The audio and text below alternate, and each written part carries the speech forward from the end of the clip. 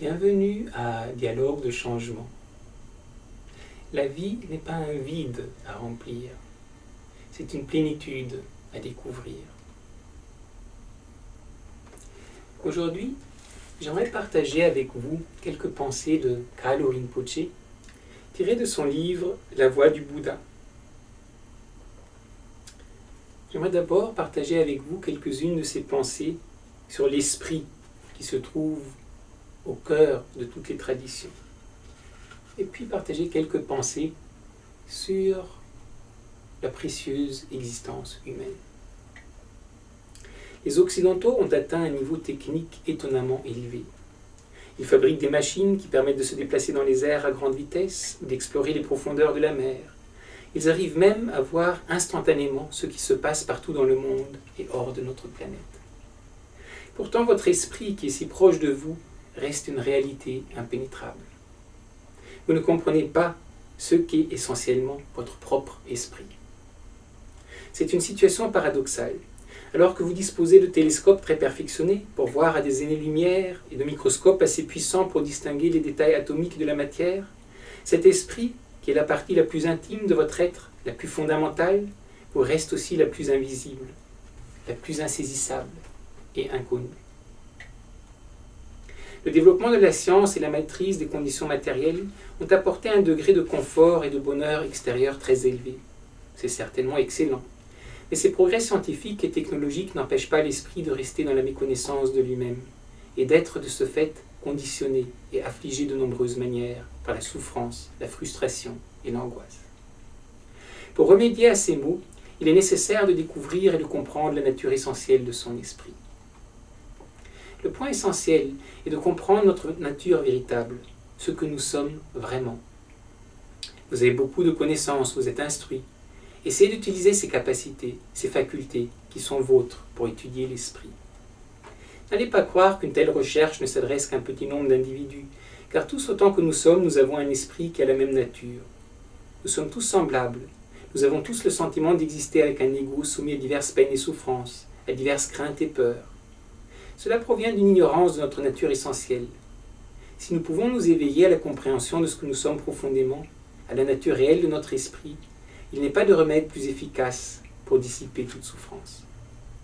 C'est le cœur de toutes les pratiques spirituelles.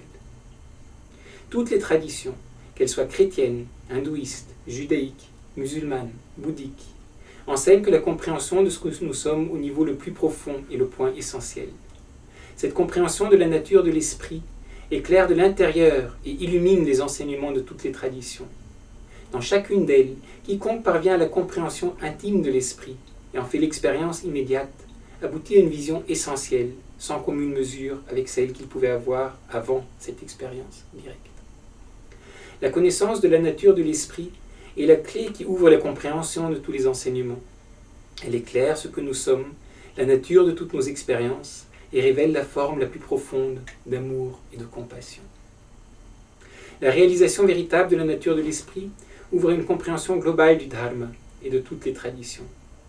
Avoir une très bonne connaissance théorique du dharma ou de toute autre tradition et réaliser effectivement la nature ultime de l'esprit sont profondément différents.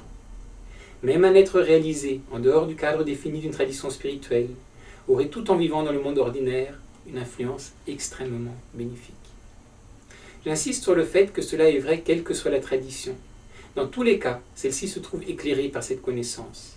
Mais c'est encore plus vrai dans les enseignements du Bouddha, où elle constitue le cœur et le but de toutes ces instructions.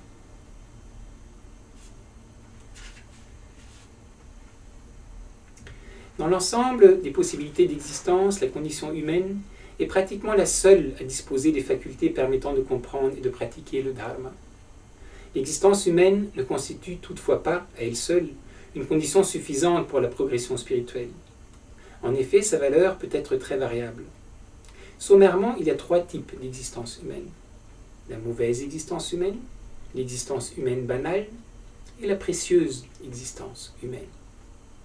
La mauvaise existence humaine est celle au cours de laquelle, en proie aux passions de l'esprit, sont commises des actes négatifs et par là est préparé un devenir douloureux.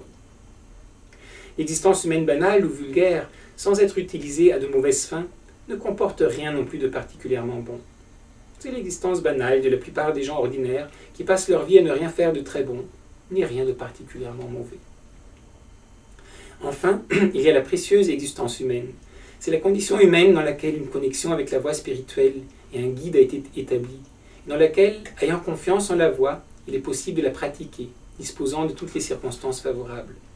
Cette existence est dite précieuse, parce qu'elle est à la base de la réalisation spirituelle.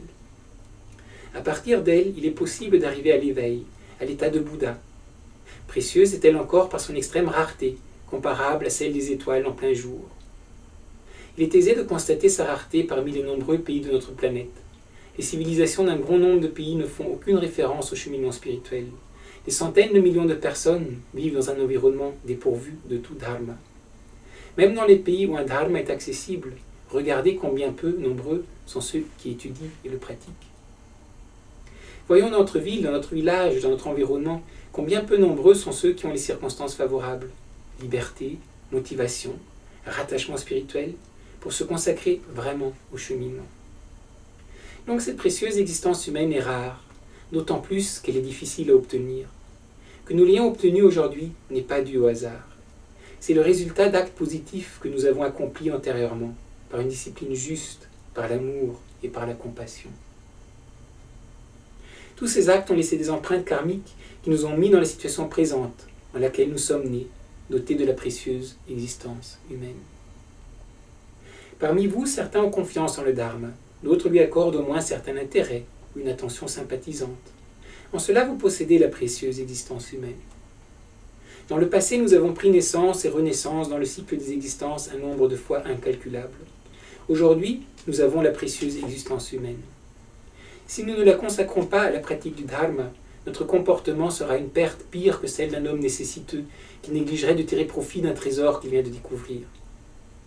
Et ultérieurement, nous continuerons à errer indéfiniment dans le cycle des existences.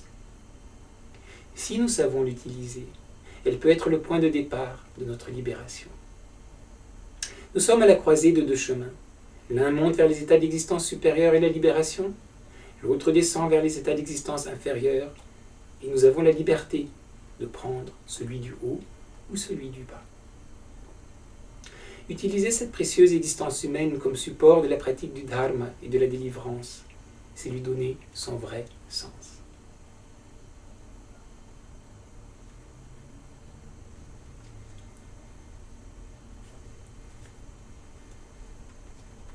J'espère que ces belles et profondes pensées de Kalu Rinpoche vous auront aussi inspiré à prendre conscience à quel point votre existence est précieuse et belle, et à quel point il pourrait être beau de l'utiliser pour faire des belles choses, pour vous découvrir vous-même, toute cette plénitude que vous êtes, qui peut se révéler à travers votre vie, et toute cette beauté que vous pouvez partager avec les autres, peut-être créer un monde aussi plus beau.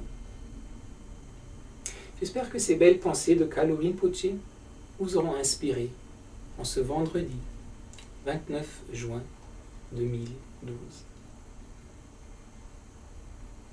Merci.